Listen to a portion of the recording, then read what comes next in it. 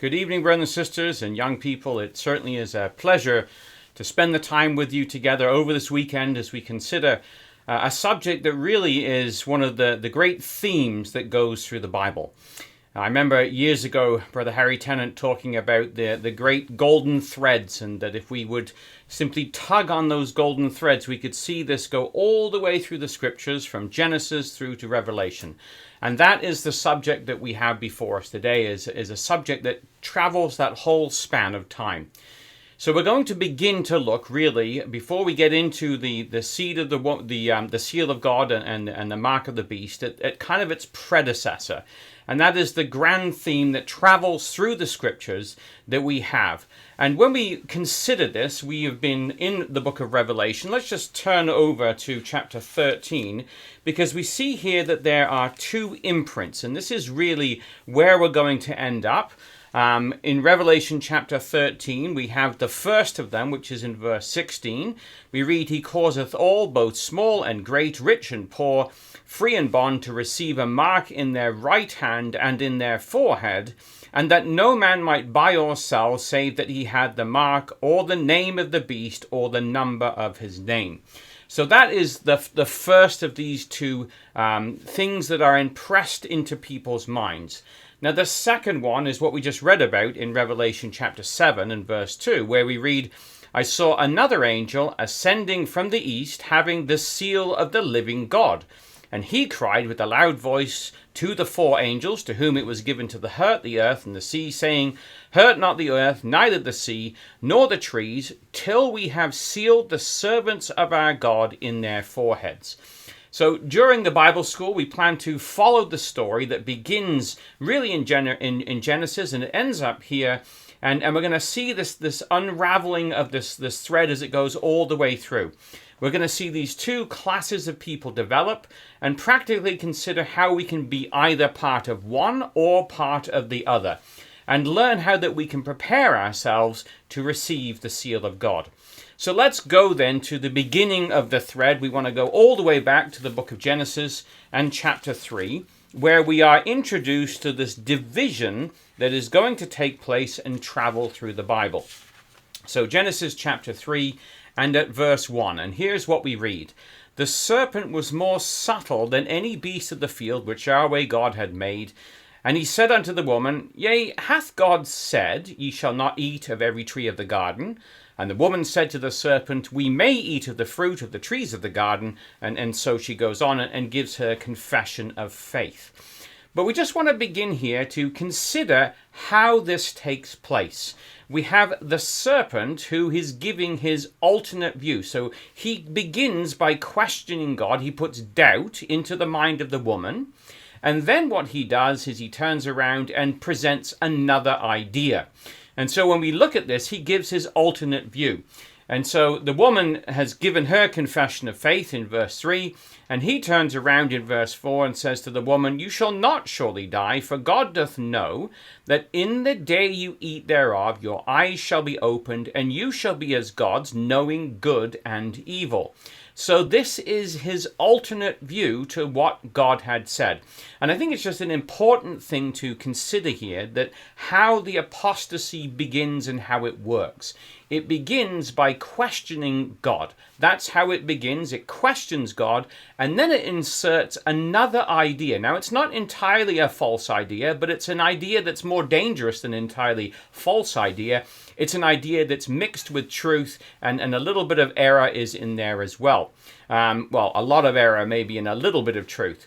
And so here we have this alternate view that's put in, and it's a great deception that is there for the woman, because this thinking of the serpent is adopted by the woman, and she is deceived and brought into sin. So verse 6, "When the woman saw the tree was good for food, and that it was pleasant to the eyes, a tree to be desired to make one wise, she took of the fruit thereof and did eat, and she gave it to her husband with her, and he also ate."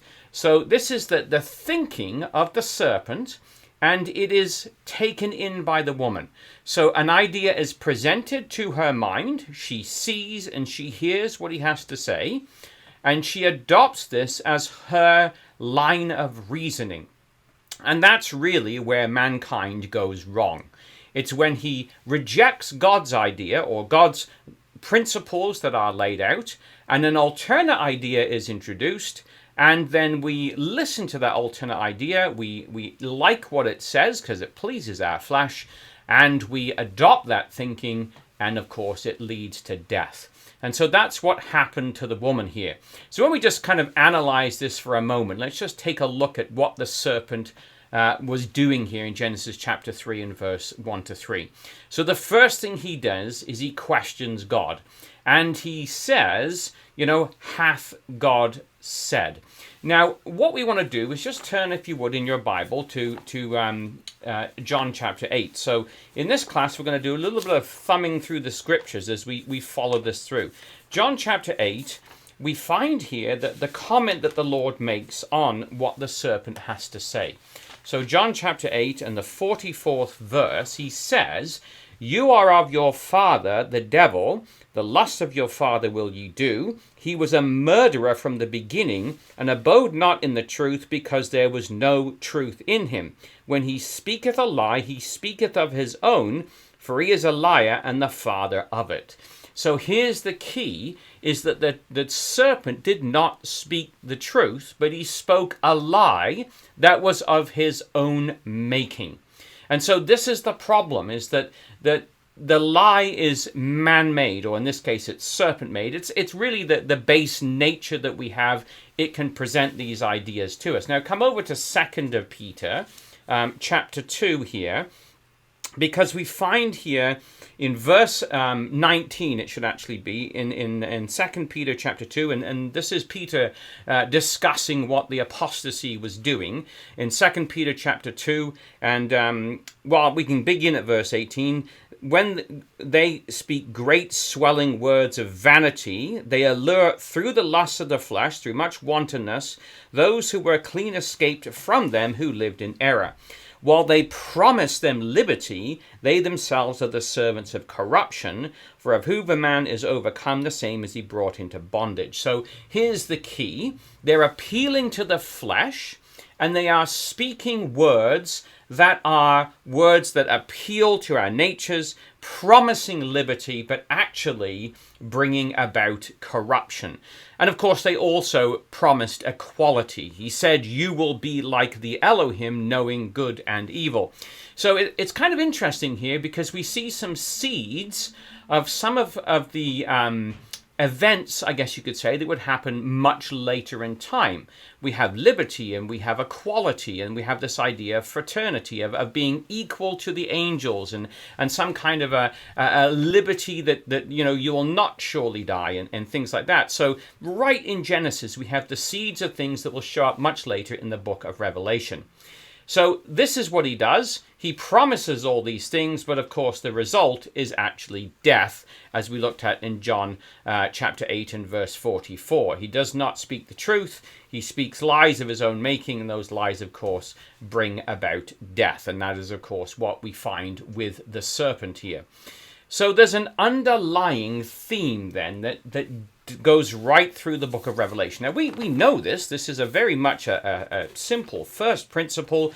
We typically introduce our interested friends to this right at the very beginning, or our young people, when we talk about the grand theme.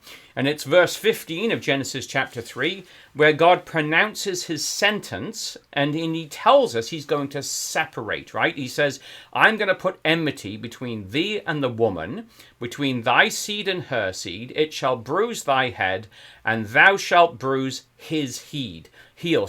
So here we see there's an enmity, a division that God puts in place between these two seeds. And that's going to flow all the way through the book of Revelation, or all the way through the Bible, I should say, to the book of Revelation. So this is a division that's going to travel the entire span of the scriptures.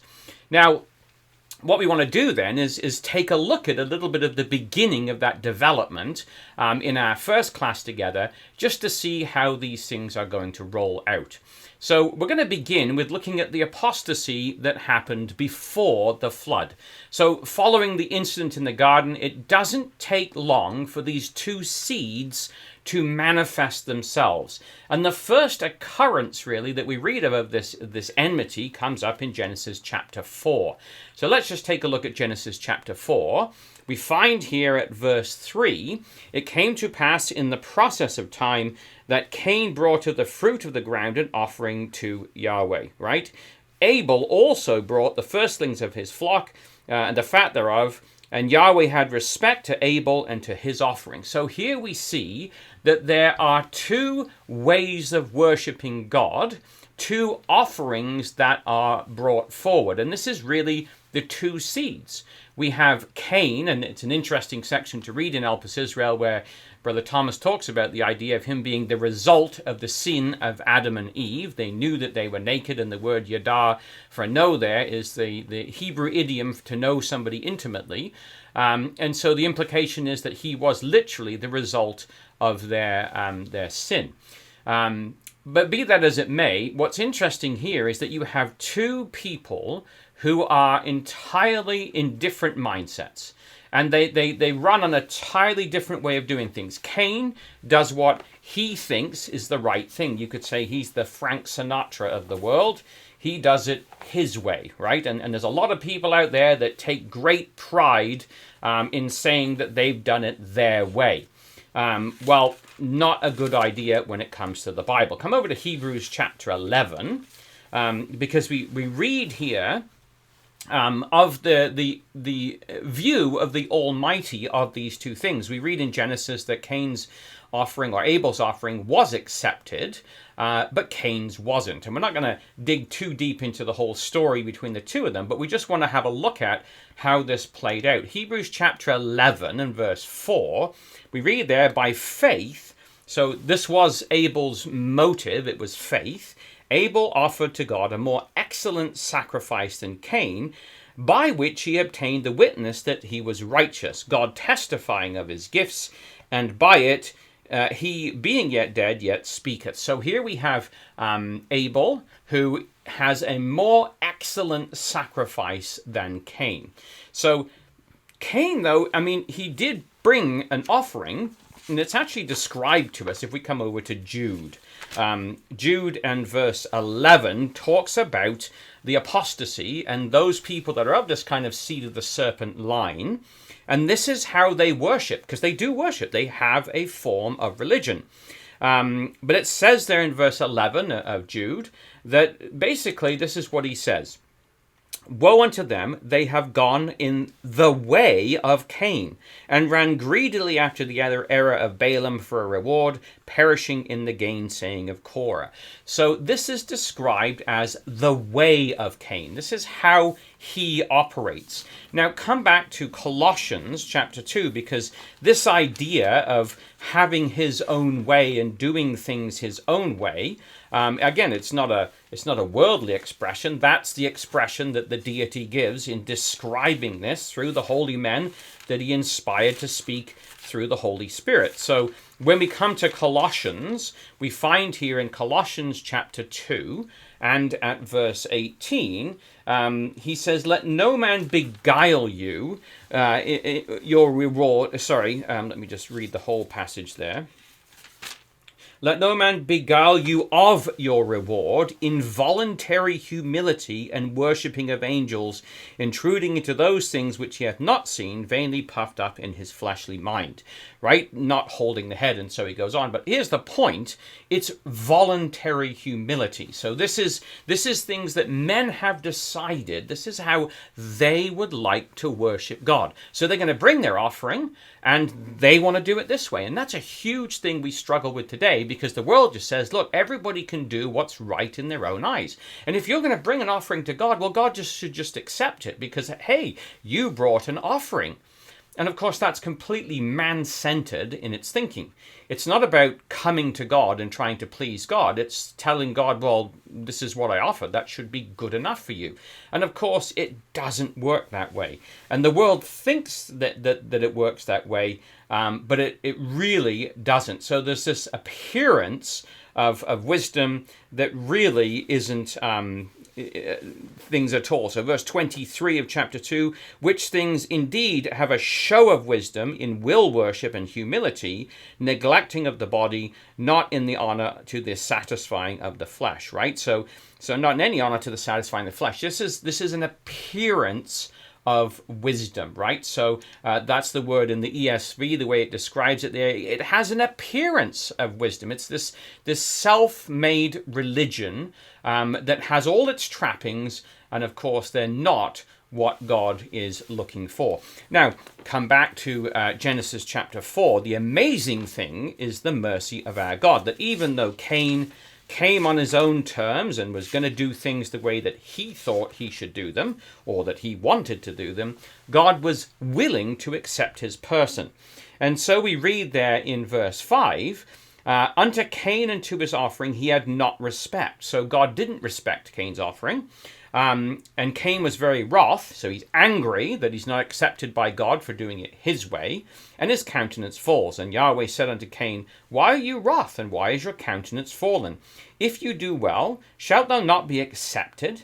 And if not, well, sin lieth at the door.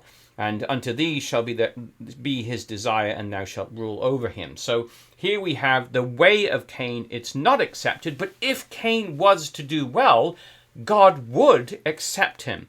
But of course, that's not the way that he wants to go. So we have this division in the family of God. I mean, think of this. This is the first family, and there is a division in this family. And what drives that division is one wanting to do it his way, and another faithfully, because that's what Hebrews told us, by faith, Abel offered a more excellent sacrifice. Now just come over to 1 Corinthians chapter 11. Because brothers and sisters and young people and friends, when we come to our ecclesial family, we also run into divisions. We do run into schisms that take place amongst us. And what we find here in 1 Corinthians 11 is that the issue is quite often similar. 1 Corinthians 11, and reading there at verse 18, he says this, first of all, when you come together in the ecclesia, I hear that there be divisions among you, and I partly believe it, for there must also be heresies, or factions, as the word means, among you, that they which are approved might be made manifest among you. So here we have this fact that there are divisions amongst them. And that, of course, has been the case since the beginning of time. Sometimes people will look at the Christadelphian community and say, look, you've got all these factions, all these divisions. You've got, there's just a laundry list of all the different groups that are there. But that's nothing new. It's always been that way. But notice now the reason. He says there must also be heresies or factions among you. Why? That those who are approved might be made manifest. Now, the word there for approved is doikimos, Strong's number 1384, and it's the idea of the money changers of integrity who would accept nothing counterfeit, men of honor who would only put the genuine full weight of money into circulation, because money was always measured by weight. So when we talk about a shekel, it's literally a unit of weight. A pound in the British system, a pound was a pound of whatever it was. It was literally a weight. So it's a just weight or a just measure. Those who are approved are people who are using just weights and measures. They're going to be made manifest. And the word there is the word phanerosis, which we, of course, know. It means to be made plainly recognized or known, to be made apparent, evident, to bring something to light or to expose it. So that's why there are going to be divisions amongst us. Just like there was back in the Garden of Eden with Cain and Abel, God has allowed these things so that we can make choices and hopefully make the right choice with the guidance of the scripture. Now come over to 1 John chapter 2, where we read about one of those divisions in the first century. So when we look at this idea, this grand theme, it's right there in Genesis. It's all the way as John's writing, the last of the apostles, one of the last letters that is written in 1 John chapter 2. And we read here at verse 19 about the division that was going on in his day. And he tells us that they went out from us. Why? Well, because they were not all of us. But if they had been of us, no doubt they would have continued with us. But they went out that they might be made manifest that they were not all of us. So here's the issue. They went out. And in going out, they were revealed or made manifest or phaneroo for what they were. And it's exactly, if we go back to Genesis, what Cain does. So when we look at this, we think, well, this is the ecclesia in the first century. They had divisions, they had schisms, and there was changes that took place. But go all the way back to Genesis chapter 4 and have a look here and see what Cain does.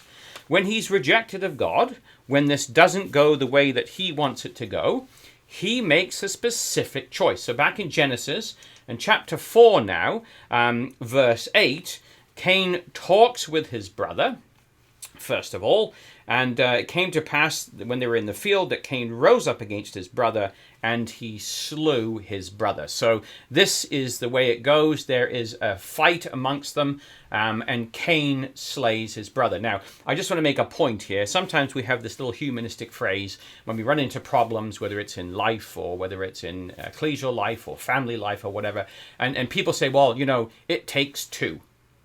I like to always point to Genesis chapter 4 and say, really?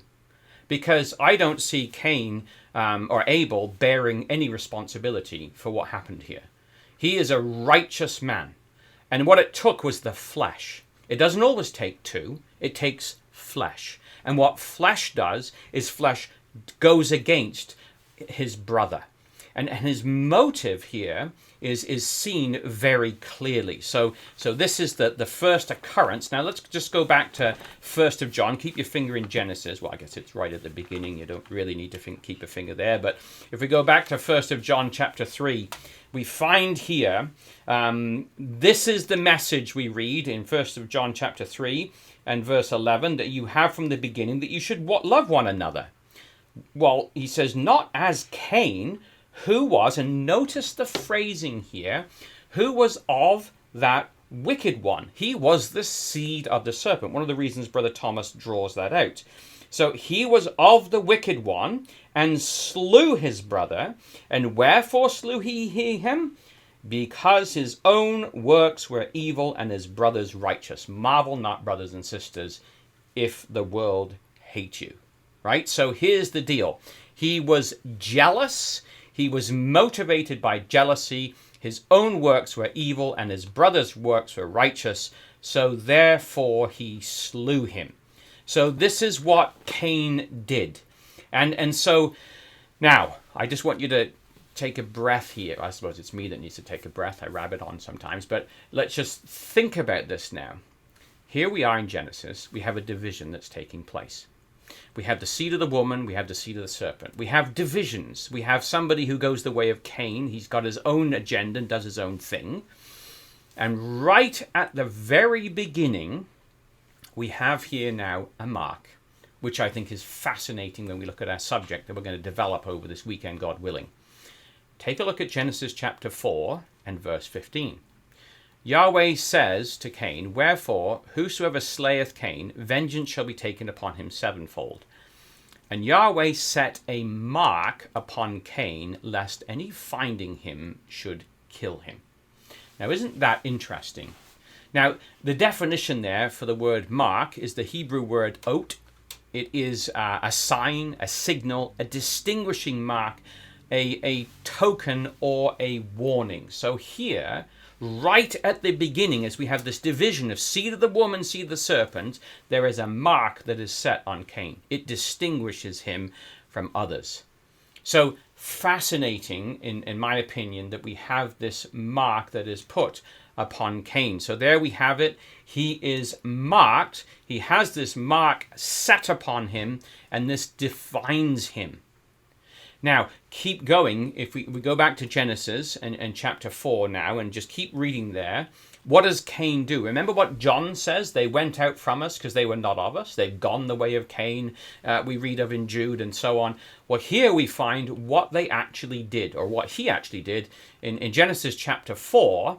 And we have here in verse 16, then Cain went away from the presence of Yahweh. And the literal there is from the faces of Yahweh, the panim, right? From the faces of Yahweh, and settled in the land of Nod, east of Eden. And Cain knew his wife, and she conceived and bore Enoch. And he built a city and called the name of the city after the name of his son Enoch. So this is what Cain does. He leaves the presence of God and he founds a society. He builds a city and he names that city after the name of his own son. Right? So he is founding a society here and naming it after his own son. So this is the society of Cain that has developed. So we started out, we had the seed of the woman, seed of the serpent. We now have the two sons, Abel, and then we had, of course, Cain. Cain slays Abel, and this thing now projects out. Abel is, of course, dead, and we'll see that Seth is appointed as another seed. But here we have Cain, then he leaves the presence. He goes out from the family of God and goes and founds his own society. And that's what this type of thinking will do. It'll lead us away from the ecclesia to go do something of our own volition so that we can make a name for ourselves. So here we have now the society of Cain. As we just read, he makes a name for himself and he builds a city and names it after his own son. Now, I just want you to turn to Psalm 49. Because in Psalm 49, we have a little passage here that talks about people who do this kind of thing. So the 49th Psalm, and we find here, if we come down to verse 11, this is what man does. So let's start at verse 10. He seemeth to be wise, he seeth that wise men die, likewise the fool, the brutish man perish, and leave their wealth to others. However, he says, their inward thought is that their houses shall continue forever, their dwelling places to all generations. They call their lands after their own names. So that's what they do. They call their lands after their own names. Nevertheless, man, being in honor, abideth not. He is like the beasts that perish. So this is the issue that we have. They're like the beasts that perish. So when we consider that, they think that this is going to go on. Their posterity shall go on and on and on, but it's just not going to be that way. They're going to be laid in the grave as he goes on there like a sheep. And really they're going to be forgotten. But, verse 15, God will redeem my soul from the power of the grave, and he shall receive me. But people, others, verse 20, man that is in honor and understandeth not is like the beasts that perish. So, now when we take a look at that and we consider this, and we see how this is going, it's just something to consider. How things have taken place. They call their lands after their own names. They think they're going to continue forever, but they're not. So let's go back to Genesis. Let's go back to Genesis chapter 4. And we find here in Genesis chapter 4 that there is this growth of these university cities, right? So these are men of education, right? Because Enoch, his name literally means education. And what we find here is that they go on and they are fathers of these university cities. So we have in verse 20, so this is Lamech, descendant of Enoch. And we find there that Lamech took unto him two wives. And verse 20, Ada bare Jabal. He is the father of such as dwell in tents and such as have cattle. So he is the minister, you could call him, of homes and agriculture. This is the one who is the father. He's the progenitor of, he's the head boss of those people who are into this type of thing. But then we go on in verse 22. We have here another son, Zilha bare Tubal-Cain. He's an instructor. Notice the phrase there. An instructor, and if you look at the Hebrew in the margin, it's a whetter, somebody who sharpens in brass and iron, right? So this is a man who is an instructor or a whetter in brass and iron. These are instruments of death that basically he is creating. Sorry, I missed verse 21. There we had Jubal. who is the father of all such as handle the harp and the organ, which of course is music and entertainment. So pretty much it covers the gamut, whether we're talking about building homes, whether we're talking about agriculture, what shall we eat, what shall we drink, and wherewithal shall we be clothed, music and entertainment, or weapons of war. All of those things are covered by the society of Cain. So that's the one side. So we have that seed of the woman and the seed of the serpent. The seed of the serpent here has persecuted the seed of the woman. He has done so because he's jealous of him. He is motivated by his own things. He's gone his own way. He's left the presence of Yahweh. He's gone out from the family of God, and he's founded his own society, and he's founded it on human wisdom and learning. And just a little caveat here. Yes, brothers and sisters, and especially young people, we all need training to get a job. But remember, the university cities of the world were founded by the families of Cain. They were the ones who wanted to do their own thing in the face of God, do it their way. And if you have to go with that, with your eyes wide open, that this is what their plan is to indoctrinate minds and thinking with their ways and their thinking. Just be aware of that's right at the beginning in Genesis. In fact, it was Brother Roberts who once made the comment. He says, I was never cursed with a good education. So just remember that. It's not all about, MADs and PhDs and whatever else after your name. It's about having the seal of God in our foreheads, not necessarily the mark of the beast. Now, it doesn't mean that you can't go to school. We all have to learn somewhere, whether we do an apprenticeship, as I did, whether we go on and get some training, whatever it is. But try to make it practical and try to keep the world out of your head. Anyway, suffice that is, let's now consider the other side of this whole story, which is the family of God. So we've had this developing on the one side. Now we want to look at the development on the other side. So following the incident in the garden, we have those two seeds that develop. The second one now is the society of Seth, right? So we've had the society of Cain. And in chapter 4 and verse 25, we read, Adam knew his wife again. She bare him a son and called his name Seth. For God, said she, has appointed me another seed instead of Abel, whom Cain slew. So she sees right here that this is God's doing. He is the appointer of another seed, right? So he's the seed of the woman. He's not of that wicked one, as we read in John. Rather, he's the seed of the woman. And notice here the parallel, verse 26, he has a son. And he calls the name of his son Enos. It's Enoch. It's the same name. It's education, but it's an entirely different kind of education. You see, because what he's doing here is that it says there, then began men to call upon the name of Yahweh. Now, if you look in the margin, or if you were to look at Elpis Israel, it says, or they began to call themselves by the name of Yahweh. So this is the group of people who are naming themselves and framing themselves after Yahweh. They're not interested in setting up their own name. They're not interested in making a name or a place for themselves. They give the glory to God, and they call themselves after the name of Yahweh, rather than calling their cities after themselves. So it's a completely different way of thinking.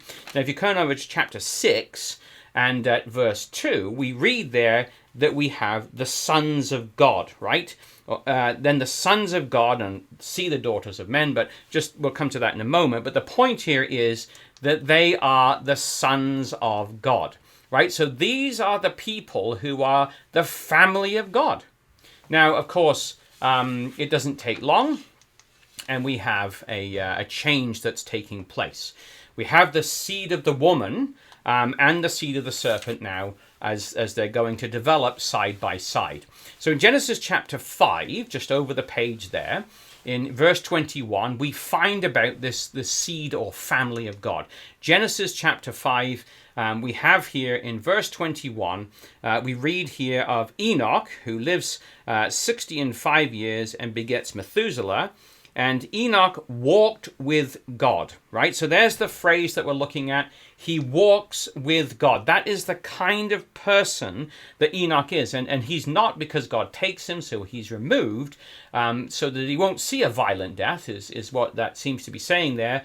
But he walked with God. Now, we just want to follow this man. Just keep your finger in Genesis again. Let's just flick over to Hebrews chapter 11, because in Hebrews chapter 11, what we have here is the divine commentary on this, as the Apostle Paul, speaking through inspiration, describes to us Enoch. In verse 5 of Hebrews 11, by faith Enoch was translated that he should not see death, and he was not found because God had translated him. For before his translation, he had this testimony that he pleased God. So here's a man of the family of God. He pleases God. Now, if you come over to Jude and verse 14, Enoch pops up again. So just as Cain and those who went the way of Cain popped up in Jude, we also have Enoch, who is the family of God. He's also popping up in Jude. And we read in verse 14, Enoch also, the seventh from Adam, prophesied of these, saying, behold, the Lord comes with 10,000 of saints to execute judgment on the ungodly, and so on and so forth. So here he is. He is a man who is a witness. He's a faithful witness against the apostasy. Now, so there's Enoch, and we follow down. We had Lamech, who started having all these university cities. Well, here we have Enoch, who has one of his descendants in Genesis chapter 6, is also somebody who is described the same way. It's Noah. In verse 8, Noah found grace in the eyes of Yahweh. These are the generation of Noah. Noah was a just man and perfect, or upright, as you see the margin says there, in his generation. And again, Noah walked with God, right? So when you consider that, he walked with God. Now, if you just turn over the page to chapter 7 and verse 1, Noah is told by Yahweh, come thou and all thy house into the ark, for thee have I seen righteous before me in this generation. So Noah is described as somebody who was seen as righteous by God in his generation. Now, if we were to just flick over to Hebrews chapter 11 again, right in that same little section where we were just looking at with Enoch, in Hebrews chapter 11, should have kept my finger in there, Hebrews chapter 11, we have this description of him. So as we see these two families develop, Hebrews 11 and verse 7, it says this, by faith Noah, when he was being warned of God of things not seen as yet, moved with fear, prepared the ark to the saving of his family and of his house, by which he condemned the world and became the heir of righteousness, which is by faith. So before Abraham comes along, we have Noah who listened to what God said, and he believed God, and he was motivated to act on that belief. And so he condemns the world because he's a preacher, as we're going to see if we just flip over to 2 Peter 2. Just like Enoch, as he's described in Jude, Peter describes Noah also as a witness, right? He was somebody who witnessed against the falseness of the society of Cain. So in 2 Peter chapter 2 and at verse 5, we read there, God spared not the old world, but saved Noah, the eighth person, a preacher of righteousness, bringing in the flood upon the world of the ungodly, right? So here we have Noah, who is motivated by faith. He's somebody who is absolutely believes God. It's accounted to him for righteousness, just like it will be said of Abraham later on. And he's described as being a preacher of righteousness.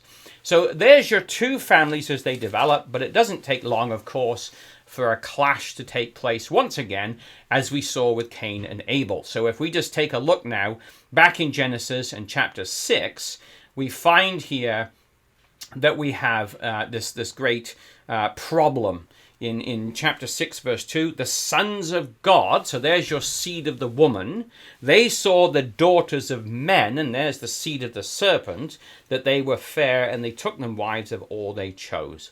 So here we have, unfortunately, the intermingling of the saints with the world, right? And we have this in Exodus chapter 34, and it's a great, it's not just a Christadelphianism, and sometimes I've heard people say that, but it's not. This is what the world can do to us. Exodus 34, and we read here in verse 14, he says, "Thou shalt worship no other God, for Yahweh, whose name is jealous, is a jealous God." God is jealous. He doesn't want to share us with others.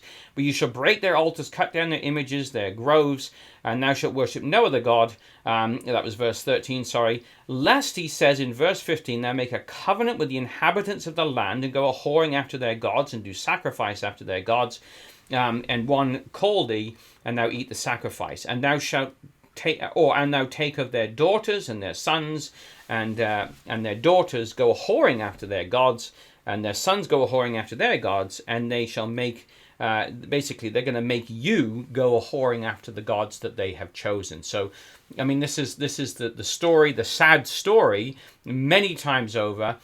We have it there in 1 of Kings chapter 1. We won't turn this one up, but in verses 1 to 6, Solomon's wives turned away his heart from other gods. But do come to Psalm 106, because here it just kind of gives us it in kind of the Cole's Notes version. Psalm 106, and if we come over to verse 34, this is what happened to Israel. "They did not destroy the nations whom God, Yahweh, had commanded them, but they mingled among the nations, and they learned their works. They served their idols, and they became a snare to them. And they sacrificed their sons and their daughters to their devils, to their idols," same word, "and shed innocent blood," and so on. So they're defiled, verse 39, with their own works, and they went a-whoring after their inventions. And brothers and sisters and young people, this is just a caution. Well, it's not a caution, it's a screaming trumpet of alarm, really, is that if we involve ourselves with the world and all of its goings on, they will take our hearts away. Now, COVID's come along and everybody's moaning and groaning about COVID and what it's done to us. Well, I'll tell you one thing it's done, certainly around here. It's shut down all the bars right now. I mean, in BC, where my sister lives, the bars were still open, but the churches were closed. Figure that one out. But anyway, but in Ontario, it shut down all the bars. It shut down all the sporting events. It shut down all of those things, that the movie theaters and all those things that man involves himself in. But also that a lot of us involve ourselves in. Our kids are in this sports program and that sports program. And not that there's anything wrong with kicking a ball around a little bit and getting some exercises. It's a good thing.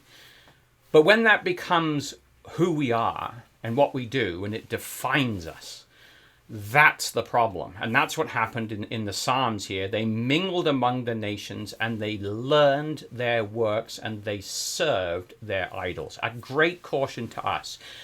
When COVID goes away, if it does, do not go back to the vomit of the world, right? We've been washed. Do not go back to the world and all of its filth and dirt that sometimes has stuck to us. These things have been stopped. They've been put away from us. So let's not go back to them. So back to Genesis, just before I digress too far and run out of time. Back to Genesis chapter 6. We have here this society.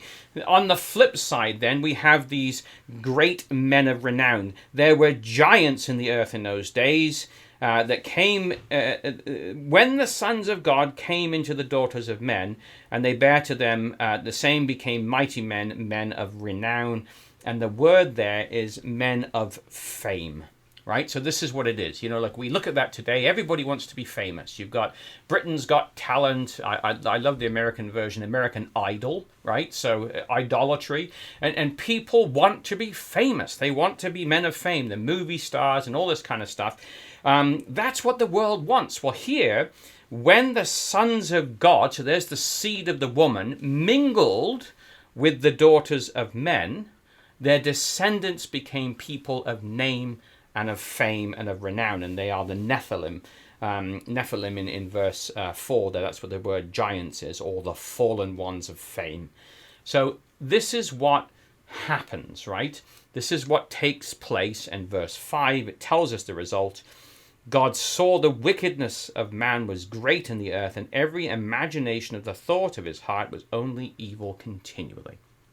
If that doesn't describe the day and the age in which we live, which our Lord told us would be like the days of Noah, then what does? They were evil continually. The thinking of the serpent had completely penetrated their minds. So much so that verse 12 tells us that all flesh had corrupted God's way upon the earth. And that's the way it had become. All flesh had corrupted his way except for Noah and his little family. And that's what will happen to us if we think that we can survive mingling with the world. Just take a look at Genesis. One teeny tiny little family, out of the two seeds that developed and spread out, and all those children were born and all those generations. By the time you come to this, you've got one pathetic little family as far as numbers goes, but mighty, that would continue on for eternity. Well, some of them anyway. And then you have this whole society that was just standing on its feet, and men of fame, men of renown, amazing, amazing people that would all disappear very shortly. So let's just summarize what we've looked at then in this couple of groups. We've got these two things, the seed of the serpent and the seed of the woman that develop here. So first of all, we had them, the offering of the fruit of the ground versus the offering of the firstling of the flock. So this is the comparison between the two of these. Now, I'll make these available afterwards. Well, not quite sure how, but we'll make these screens available afterwards for you. But this is the parallels as we go through. So on the left-hand side, we've got in the red, the seed of the serpent.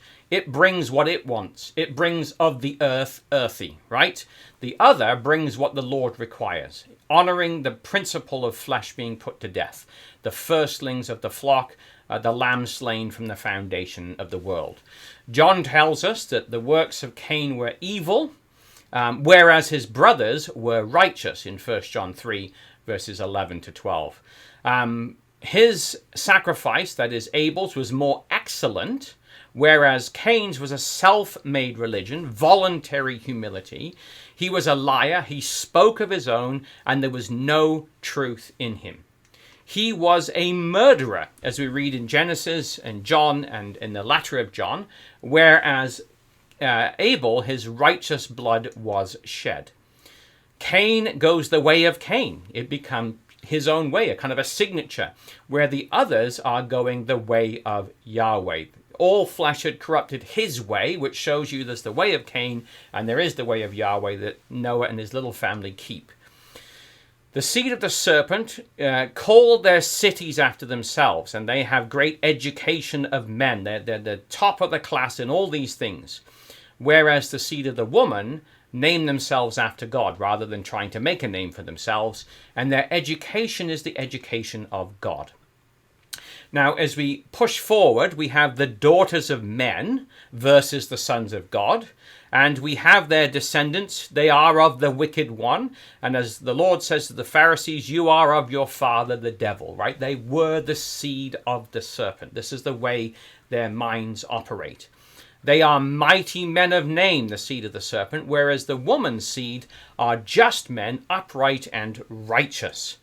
They are wicked and great in their wickedness. Every imagination of their heart is evil continually in chapter 6 of Genesis and verse 5. And that's why really we cannot be involved in the entertainment industry of this world, because that's all it is, evil continually. Whereas we have the seed of the woman who do according to all that God commanded, and that's their thing. They are righteous. They do what the Lord asks. Well, the earth becomes full of violence from the seed of the woman, or the seed of the serpent, whereas Noah and Enoch, as it tells us in Jude, were preachers of righteousness. The seed of the serpent corrupts God's way, but the seed of the woman walks with God. So when you look at that as it develops out, that becomes a pattern that we're going to see develop all the way through the scriptures. These were the kinds of things that were going to take place. Well, of course, the flood comes and the flood goes. So this is kind of like, as we move on from there, we now have the post-flood society. Brother Thomas called this the antediluvian society, right? So this is the after, or antediluvian was the pre-flood. This is the post-flood, the post-diluvian society. And these are basically a very similar pattern. We have here the kingdom of men that begins to develop. We'll look at it first. So if we just turn over the page to Genesis chapter 8, this is after the flood. Of course, we know that the situation with Ham and how he uncovers his father's nakedness and all of that entails. And his descendants, we come into Genesis chapter 8, and we find there that we come to verse 10. I don't think it's Genesis 8, verse 10. I think it's Genesis chapter 10 verse 10, I believe that should be, or 10 verse 8. There you go, there's my dyslexia kicking in. Genesis chapter 10 and verse 8. Cush begat Nimrod, and he began to be a mighty one in the earth, right? So this is the same word that's used in Genesis 6 verse 4. So he becomes a mighty one in the earth, and verse 9, where he was a mighty hunter, and the word before there is that word panim, right? It's in the faces of Yahweh. So it's against the face of Yahweh. He's a mighty hunter. Wherefore it said, even as Nimrod, the mighty hunter before or against the faces of Yahweh. That's the idea that's expressed in those Hebrews words there. So what does he do? Well, verse 10, the beginning of his kingdom is Babel. So here's Nimrod, and he is this mighty hunter. Chapter 10, verse 8, that should read. And the beginning of his kingdom is Babel. And of course, if we just turn over chapter 11, this is, of course, when in verse 1, the whole earth was of one language and one speech. So when we come out of the ark, we have one language, one speech, one society. But it doesn't take long before this all splits up. And of course, we read there in chapter 11, verse 2, those who notice the language very similar to the university cities. They said one to another, go to, let us make brick and burn them thoroughly. And they had brick for stone, slime they had for mortar. And they said, go to, let us build us a city and a tower whose top will reach to heaven. And let us make us a name, lest we be scattered upon the face of the whole earth. And Yahweh came down to see the city, which the children, and the tower which the children of men had builded. So notice here again, the children of men, right? So here we have the seed of the serpent side of this, who are looking to make them a city and a tower and a name. They want to reach up to heaven. So this is the same thing that we had back in Genesis. You know, desired to make one wise, you'll be like the Elohim. It's this idea of reaching out, trying to be like or above God, equality with God. And they want to make themselves a name. And that's what they're all about, right? So we have in verse 19, or verse 9 then, therefore is the city called Babel, because Yahweh did confound the languages. He splits them up now and spreads them all over the place. So this is the beginning of the kingdom of Nimrod, and it is called Babel. Now, of course, he also builds Nineveh and Asher and some other of these cities that will figure later on in the city, in the names of those great cities that will be coming against the people of Israel. So here we have the one side of the society as opposed to the other side of the society. So that's the post-flood society, kingdom of men, seed of the serpent. Whereas we have now the other side, which is the seed of the woman. And so we have in Genesis chapter 12, we're told here, Yahweh said to Abraham, verse 1, get thee, and notice the difference here, out of thy country, from thy kindred, from thy father's house, to a land that I will show thee. and I will make of thee a great nation. It is not Abraham trying to make of himself something great. God says, I will make of you a great nation, and I will bless thee, and I will make thy name great. And thou shalt be a blessing, and I will bless them that bless thee, and curse them that curseth thee. And in thee shall all families of the earth be blessed. Right? So here we see Abraham, who's told to get out of his country, his kindred, from his father's house. And God would make his name great. And you can see the difference between these two. Completely, one is trying to make their own name great. The other, God is making his name great. And so we see here, as we look at this, chapter 12, what does Abraham do? Does he build a city? Well, no. In verse 7, we find there that Yahweh appeared to Abraham, said, unto thy seed will I give this land, and he builded an altar unto Yahweh. So he built an altar to Yahweh instead of a city. And not only that, but he founds a society based on education. What kind of education? Come over to Genesis chapter 18. And this is just before the angels go to destroy Sodom. Genesis 18, verse 18, we read there, seeing that Abraham shall surely become a great and mighty nation, and all nations of the earth will call him blessed, or be blessed to him, I know him, that he will command his children and his household after him. And notice the phrasing here, they shall keep the way of Yahweh, to do justice and judgment, that Yahweh may bring upon Abraham all that he had spoken to him of. So here's a man who is keeping God's way. He's not doing it like Cain, his way. He's not making his own way in the world, as some people like to call it. What his focus is to do what God wants him to do. Remember Genesis, all flesh had corrupted his way upon the earth. Well, Abraham here is teaching his children God's way. A very, very different kind of outcome that we have. And so when we look at him here, was he part of the society? Was he a great head of society as it was? Well, Hebrews 11, again commenting as it did on Enoch and on Noah, Hebrews chapter 11 and verse 13 tells us this. These all died in faith, not having received the promises, but having seen them afar off, were persuaded of them and embraced that they and confessed that they were strangers and pilgrims on the earth. For they say that they that say such things declare plainly that they seek a country. And truly, to be mindful of the country they come out of, they might have had opportunity to return. But now they desire a better country, that is an heavenly. Wherefore God is not ashamed to be called their God, for he hath prepared for them a city. So you see the complete difference here. God has prepared a city. God has prepared a people, and he will do this. And what they do is they confess they're strangers and pilgrims. They don't really care about this world. They're not interested in what it has to offer. What they're interested in is what does God have to offer. And so we won't look at this one, but we have in Genesis 25, verse 23, two manner of people separating out of the womb of Rebecca, and Rebecca, and one is called Jacob, whose name is changed to Israel, which is the ruler with God. And remember, back to Genesis, men called themselves by the name of Yahweh.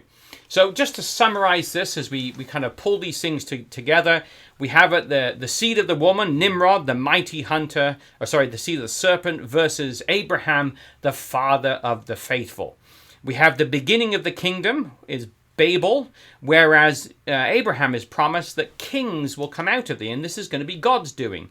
The children of men build a tower, and it's a city called Babel, whereas Abraham's told to get out of his country. He builds an altar, and we're told he has no continuing city in chapter 13 and verse 14. The seed of the serpent, they strive to make themselves a name, whereas the seed of the woman, God is going to make Abraham's name great. Ishmael is born after the flesh.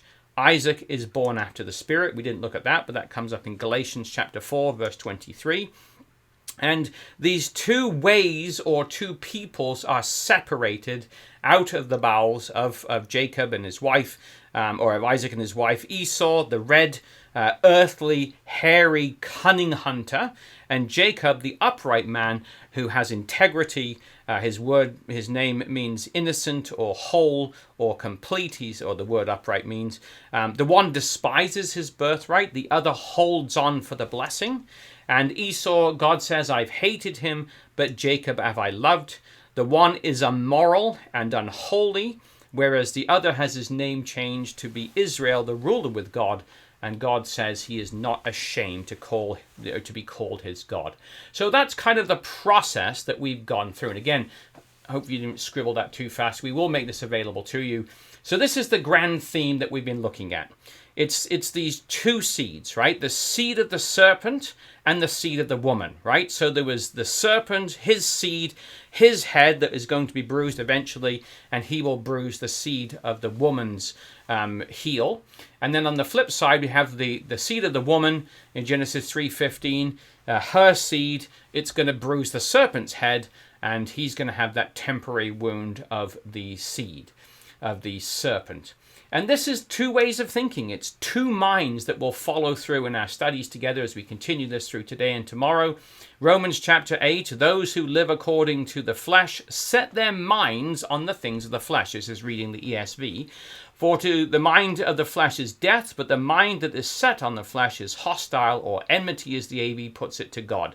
For it does not submit to God's law, indeed it cannot. Versus the Spirit in Romans chapter 8. Those who live according to the Spirit set their minds on the things of the Spirit. They set their mind on the Spirit. They are spiritually minded, and that brings life and peace. And of course, that leads to two ways that we read about as we looked at these development in Jude. We have those who went the way of Cain. And rather than this, we have the other way, which we didn't look at, but we will shortly. John 14, verse 6, where Jesus says, I am the way, the truth, the life. No man comes to the Father but by me. So you can see this theme developing out. And then, of course, we have the two cities, the tale of two cities that runs through the Bible. We have Rome, Revelation chapter 16, verse 19, that great city, which is called Great Babylon. We saw the beginning of it back in Genesis. And we have the New Jerusalem, the other great city, the holy Jerusalem that descends out of heaven from God, having the glory of God. And tied to these, there are two citizenships, which we will also develop as we look at these further on. The one we read is the world. Ephesians chapter 2, we walked in times past according to the course of this world, among whom we have our conversation or our lifestyle in the past, the lusts of our flesh, fulfilling the desires of the flesh and the mind, and were by nature the children of wrath, even as others, people just in the world. So that's the one citizenship or society.